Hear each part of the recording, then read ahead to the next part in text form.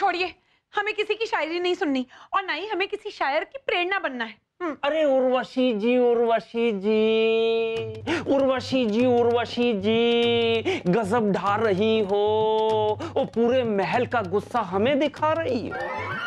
अरे किस्मत से आप मिल गई हो, कसम से सच कहता हूं, मेरे साथ मिल जाओ, फिर तो मैं अपनी शायरी से धूम मचा दूं, रंग जमा दूं, रेगिस्तान में फूल खिला दूं। छोड़िए। बंद कीजिए इस मोहतरमा के आगे पीछे घूमना, क्योंकि ये मोहतरमा है हमारी प्रेरणा। दूर हो जाओ हमारी नजरों से, बाहर निकलो इस कमरे से। अरे इस हालात पर तो शेर याद आया, अर्ज किया है। क्यों? किसी ने कहा आपसे अर्ज करने के लिए? क्यों अर्ज किया है? अरे शायर मोहताज नहीं किसी की इजाजत का, हट जाओ वरना गिरा देंगे पर्दा हिफाजत का। मेहमान होकर मेजबान पर नजर डालते हैं, अभी जहां पना से कहकर आपको बाहर निकालते हैं। नहीं नहीं, बिल्कुल नहीं, ऐसा कुछ नहीं करेंगे आप। उर्वशी, तुमने पहले से ही जहां पना पर जादू किया है, अब इस बेचारे मासूम शायर पर अपने हुस्न का जाल बिछा रही हो। अभी इसी वक्त इस महल से निकल जाओ, ये हमारा हुक्म है। नहीं अम्मी जान, सारे फसाद की जड़ तो ये शायर है। हमारी उर्वशी हमारे महल की उर्वशी तो निर्दोष है। हम अभी इस शायर को इस महल से बाहर निकालते हैं। हाँ सलीम भाई साहब, बहुत दूर छोड़कर आना आप इन्हें। और साथ में आप भी चले जाना, तब तक मैं उर्वशी जी का ख्याल रखूंगा ना। चलिए बाहर। अरे छोड़ दो सलीम, छोड़ दो। अरे रानी जी बचाइए, इसको तो बाहर भगाइए।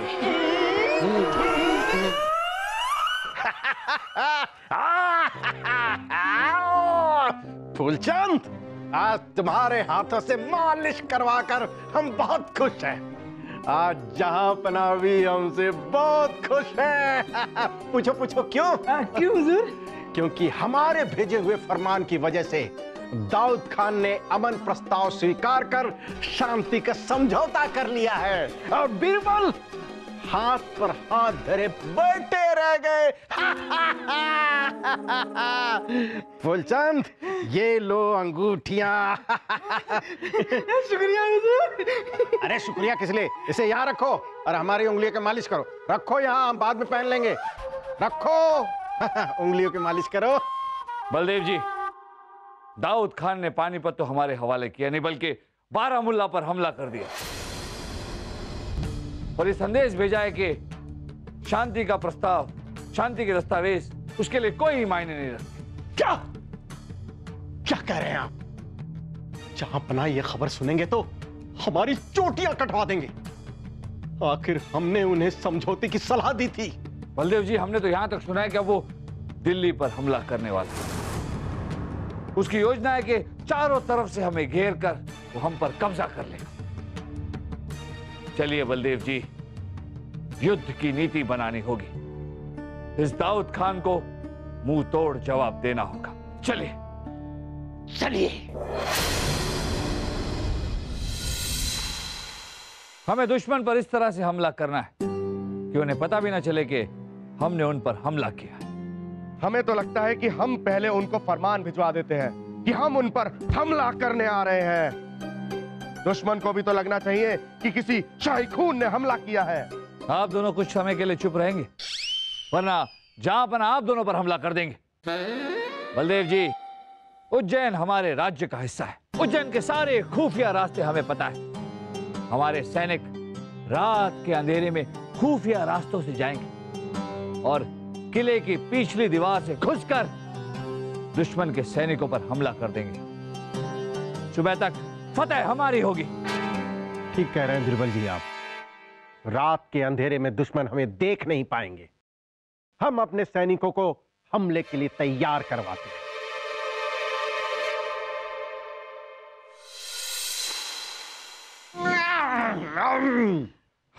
बलदेव जी, बुरी खबर है।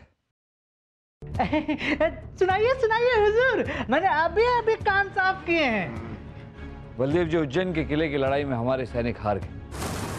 योजना के मुताबिक हमारे सैनिकों ने किले के पीछे से वार किया था, पर दुश्मन के सैनिक किले के पीछे की तरफ ही तैनात थे। जरूर कोई जासूस होगा जो हमारी सारी खबरें दाऊद खान तक पहुंचाता होगा। पर कौन हो सकता है? तेरे दिल के खुफिया रास्ते में घुसकर अपनी जगह बना लूंगा और अपनी मीठी शायरी के अंदाज से आज रात तुझको फतेह कर लूंगा। बलदेव जी, इस भटकती आत्मा पर नजर रखनी होगी। बीरबल जी, इस मामले में हम अब भी 4 कदम आगे हैं। हमने पहले ही अपने 2 होनहार जासूसों को इनके पीछे लगवा दिया है। लगा दिए हैं तो कहां है? इनके पीछे दिख क्यों नहीं रहे? वो जासूस हैं, धीरे धीरे आ रहे होंगे।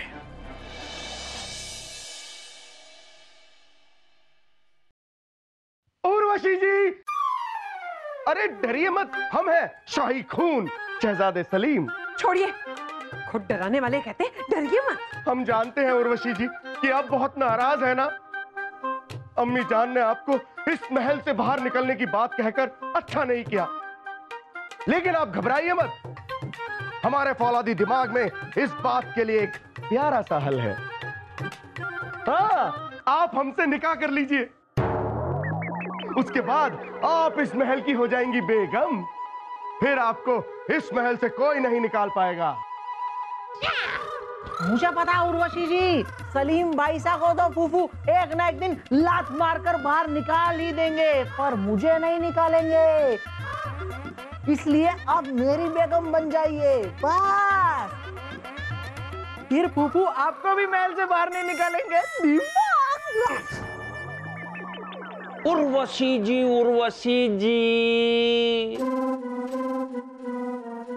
उर्वशी जी, उर्वशी जी, गजब ढा रही हो। वास्तु के साथ साथ शहजादे सलीम को भी बेवकूफ बना रही हो।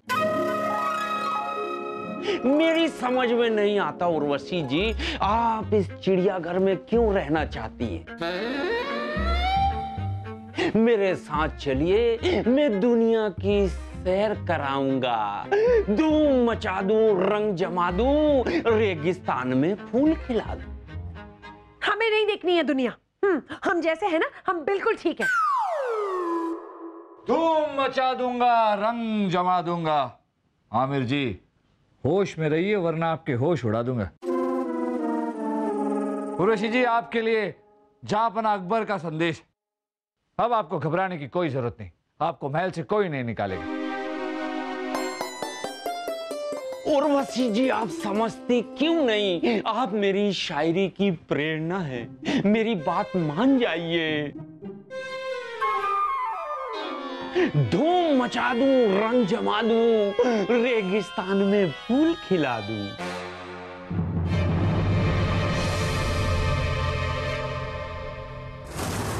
बलदेव जी, हमने उस जासूस का पता लगा लिया है जिसने हमारे हमले की खबर दाऊद खान तक पहुंचाई थी। कौन है वो काफिर? अभी बताते। सिपाहियों,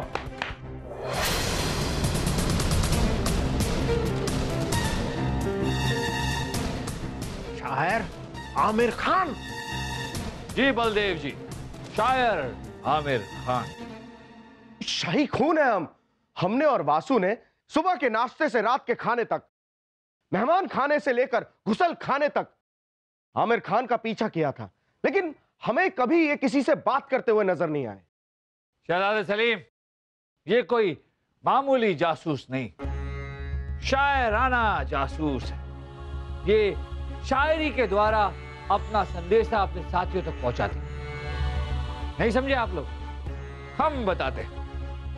ये रही इनकी ही लिखी हुई एक शायरी। अर्ज करते हैं कि सुने हसीना पानी मत पीना, रात को आएंगे तेरे आशिक किले पर सफल करने तेरा जीना। अब इस शायरी का मतलब समझिए। हसीना यानी दाऊद खान, पानी मत पीना यानी भूखे रहना, चौकन्ने रहना।